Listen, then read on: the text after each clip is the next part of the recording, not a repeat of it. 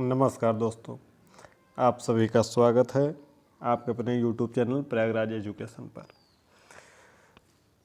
BEd तृतीय semester के हिंदी विषय के पहली कक्षा से आज हम शुरू कर रहे हैं। आपकी प्रथम क्लास है। इसके पहले हम बीएड तृतीय सेमेस्टर के सिलेबस पर, पाठ्यक्रम पर चर्चा कर चुके हैं। आज हम शुरू करेंगे हिंदी शिक्षण तृतीय सेमेस्टर और तीसरी इकाई। पहली और दूसरी यूनिट आप सभी स्वयं से पढ़ लीजिएगा। आपको वो किताबें बताई गई हैं कि लूसेंट, हरदेव बाहरी, ये सब किताबों से आप, क्योंकि पहले और दूसरे इकाई में व्याकरण है, उसमें आप व्याकरण से पढ़ सकते हैं। तो तीसरी इकाई शुरू करते हैं। उसमें है पहला पॉइंट, मातृभाषा शिक्षण एवं उसका महत्व। इसको हम देखेंगे। तो मातृभाषा हमारी यानी कि जो माँ से सीखी हुई भाषा हो, यानी कि जहाँ हम पैदा होते। तो चलिए हम शुरू करते हैं। तो देखते हैं।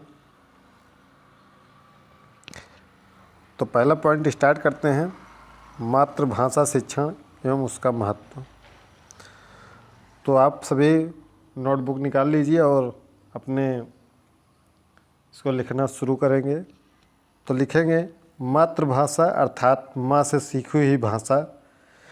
जिस भाषा को कोई बच्चा अपनी माँ का अनुकरण करके सीखता है, वह उस बच्चे की मातृभाषा कही जाती है। यानी कि जहाँ बच्चा जन्म लेता है और अपनी माता के साथ, अपने परिवार के साथ उसका जो लगाव रहता है, वहाँ जो भाषा सीखता है वही उसकी मातृभाषा कही जाती है। इस परिभाषा के अनुसार भिन्न भिन्न बोलियां, क्षेत्रीय भाषाएं उन क्षेत्रों के बच्चों की मातृभाषाएं होंगी, लेकिन आज इस संकुचित परिभाषा को नहीं माना जाता है। विस्तृत अर्थ में मातृभाषा से तात्पर्य किसी क्षेत्र विशेष की उस भाषा से होता है जिसके माध्यम उस क्षेत्र के शिक्षित व्यक्ति मौखिक एवं लिखित रूप में विचार विनिमय करते हैं।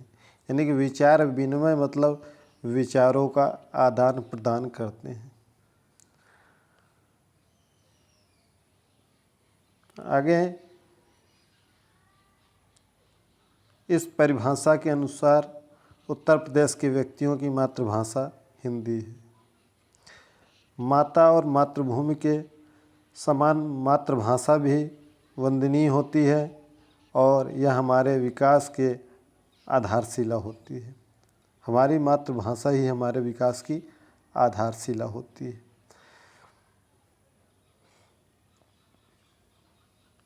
परिभाषा हम देखेंगे कि महात्मा गांधी के अनुसार क्या इसकी परिभाषा है। तो महात्मा गांधी के अनुसार है, मनुष्य के मानसिक विकास के लिए मातृभाषा उतनी ही आवश्यक है जितनी कि बच्चों के विकास के लिए माता का दूध। गांधी जी ने कहा है, बालक पहला पाठ अपनी माता से ही पढ़ता है, इसलिए उसके मानसिक विकास के लिए उसके ऊपर मातृभाषा के अतिरिक्त कोई दूसरी भाषा लादना मैं मातृभूमि के विरुद्ध पाप समझता हूँ। यह महात्मा गांधी ने कहा था। इसको आप नोट कर लेंगे या स्क्रीनशॉट लेते हुए चलेंगे और बाद में अपनी नोटबुक में उतार लेंगे। अगला पॉइंट है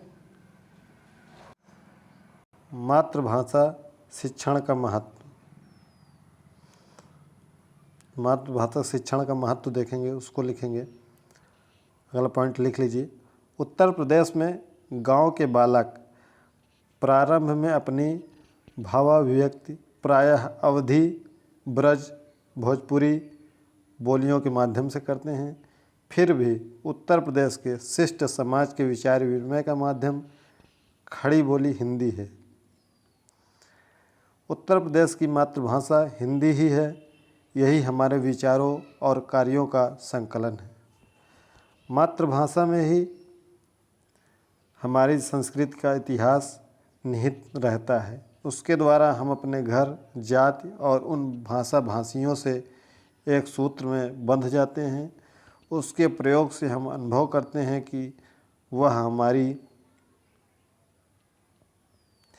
कोई निजी की संपत्ति है।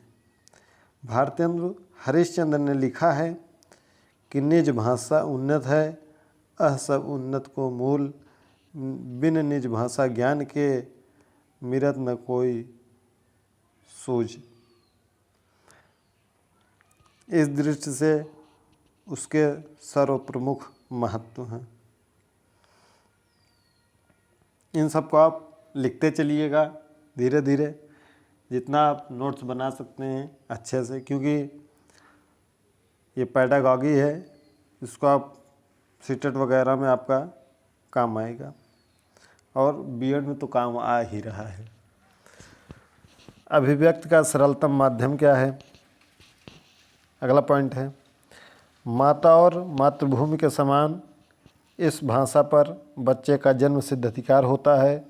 वह अपने विचार जितनी सुगमता के साथ अपनी मातृभाषा में व्यक्त कर सकता है, उतनी सुगमता से किसी अन्य भाषा में नहीं। ये तो आप जानते होंगे कि अभिव्यक्ति का सरलतम माध्यम है।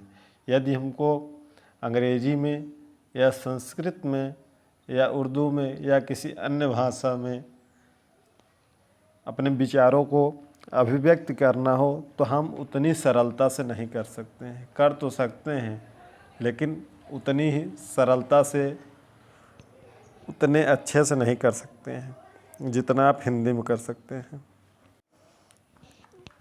अध्ययन की आधारशिला अगला पॉइंट है।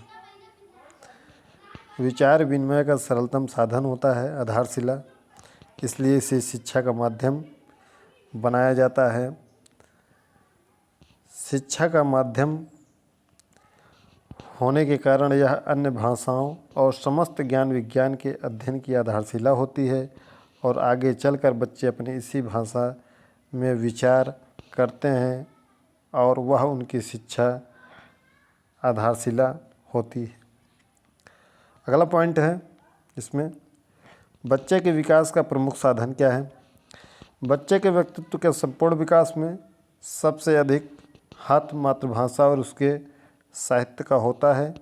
किसी भी देश में, किसी भी काल में, कोई भी विचारधारा क्यों न रही हो, पर सभी ने शिक्षा द्वारा बच्चे का शारीरिक, मानसिक, बौद्धिक, चारित्रिक, नैतिक, सामाजिक और सांस्कृतिक विकास करना अवश्य चाहा है।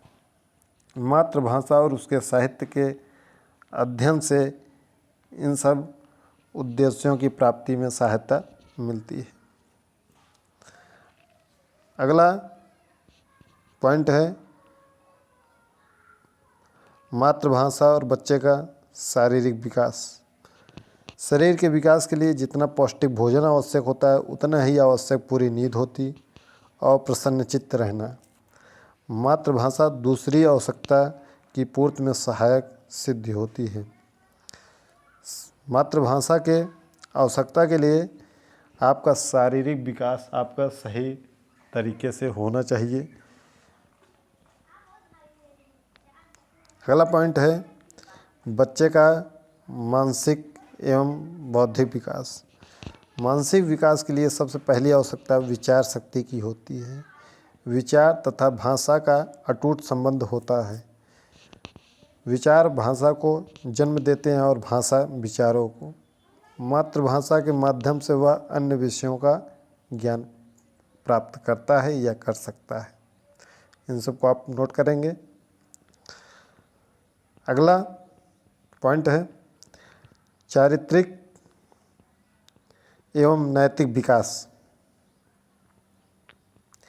इसमें लिखेंगे माताएं बच्चों को रोचक व नैतिक कहानियाँ सुनाती हैं और आगे चलकर बच्चे भाषा की पुस्तकों में भी इसी प्रकार के लेख, कहानी, नाटक और कविताएं आदि पढ़ते हैं, जिससे उनके चरित्र का निर्माण होता है।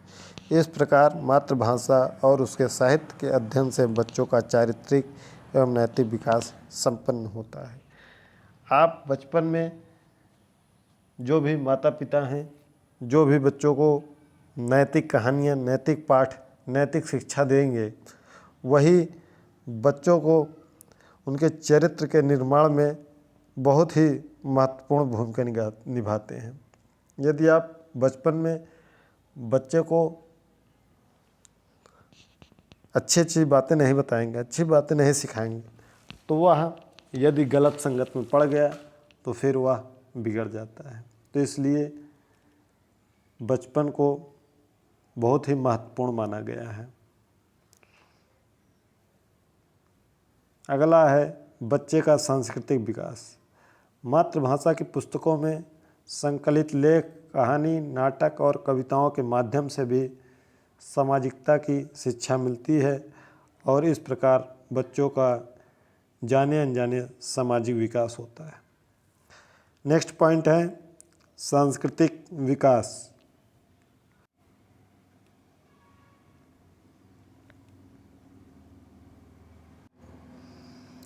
साहित्य समाज का दर्पण होता है।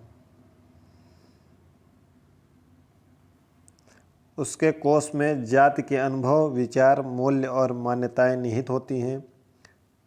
उसके अध्ययन से बच्चों का सांस्कृतिक विकास होना स्वाभाविक है।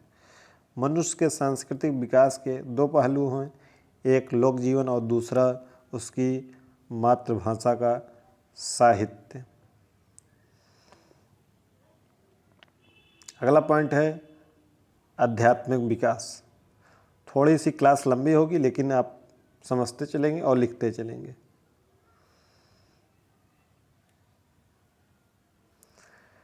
अध्यात्म और वैचारिक अनुभूति का विषय है और विचार जितनी सरलता और स्पष्टता के साथ मातृभाषा में अभिव्यक्त किए जा सकते हैं, उतनी सरलता और स्पष्टता के साथ अन्य किसी भाषा में नहीं।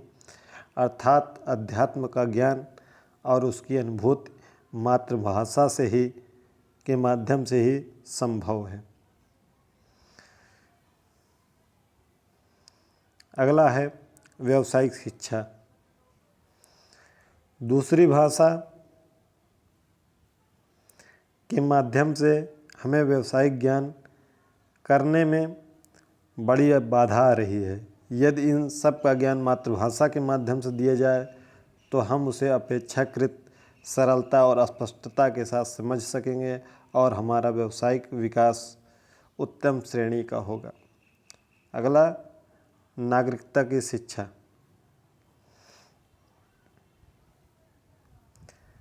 समाज की दृष्टि से व्यक्ति सामाजिक प्राणी कहा जाता है और राज्य की दृष्टि से नागरिक। स्पष्ट है कि जब सामाजिकता के विकास के लिए मातृभाषा की आवश्यकता होती है तो नागरिकता की शिक्षा भी उसके अभाव में नहीं दी जा सकती है। अगला भावात्मक विकास। एक मातृभाषा भाषी व्यक्तियों में आपस में प्रेम रहता है। वे एक दूसरे से सहानुभूतिपूर्ण व्यवहार करते हैं और एक दूसरे की सहायता करते हैं। इस प्रकार मातृभाषा भावात्मक विकास तथा एकता उत्पन्न कर एवं उसे विकसित करने में सहायक होता है। अगला पॉइंट है, आप देखे होंगे कि आपके 3rd यूनिट में है राष्ट्रीय एकता के विकास में हिंदी की भूमिका। तो राष्ट्रीय एकता के विकास में हिंदी की क्या भूमिका है उसको हम देखेंगे।